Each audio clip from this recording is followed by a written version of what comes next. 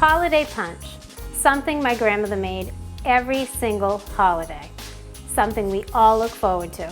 I vividly remember where she placed it in her kitchen, and I'd like to prepare it for you today. I guarantee wherever you serve this punch, it'll sure be a big hit. The first thing I'm going to do is I'm going to take maraschino cherries, and I'm going to place one in each ice cube. I'm doing this because the punch bowl that I'm using today is a small punch bowl. You could also use a punch bowl ring. This is just some ginger ale I have. I'm going to pour it into the tray. You can hear it fizz. It smells so good. And just pop these in to your freezer and let them freeze. So that'd be step one to holiday punch.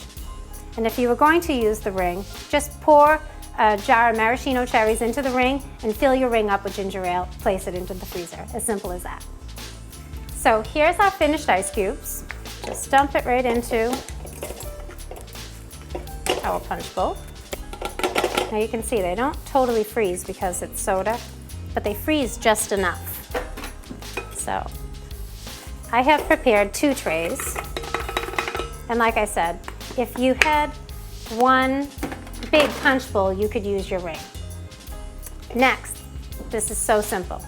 1 can of crushed pineapple with the juices into the punch bowl.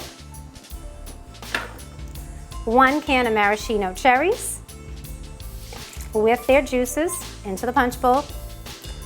Now, I have to share a funny story with you. The next 2 ingredients, according to my grandmother, they had to be the exact ingredients. She always used Welch's grape juice. Years ago, it used to come in a can, and believe me, I've searched high and low for the can because it's just something about having to make it just the way she did. They don't make it in a can as far as I know, so, but they still make it. So it's 1 bottle or can of Welch's grape juice poured right in. My grandfather and grandmother at a holiday, when we were doing our shopping and baking, because preparing for a holiday at my grandmother's, we cooked for a week before the cooking started. So how often my grandfather was sent to the grocery store to pick up last-minute items that we forgot for a recipe, I can't even begin to tell you. But one day I vividly remember my grandmother, she forgot to get the ingredients for the punch. And we were like, Grandma, you have to make the punch. It won't be holiday without it. So she said, Joe, you have to go to the grocery store. I need Canada Dry ginger ale and Welch's grape juice. So they got into a little argument. Why does it have to be Canada Dry ginger ale? We have the Twin Light soda in the Spiza closet downstairs in the basement. Just get one of those. He used to say Felina. That's what he called her, Felina. And she'd say, Joe, it has to be the right way. So off to the store, because he was an angel, he would go and he would buy us our Canada Dry ginger ale for our holiday punch. So that's what we use, Canada Dry. So you're just gonna fill it up. You stir it up.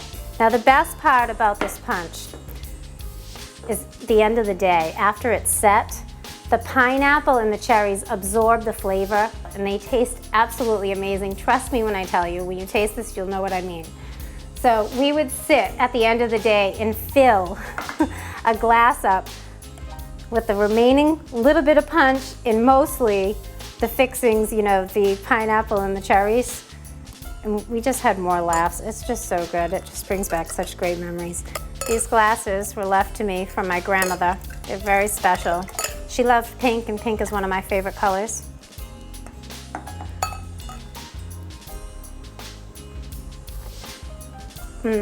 Just as she did to Grandma.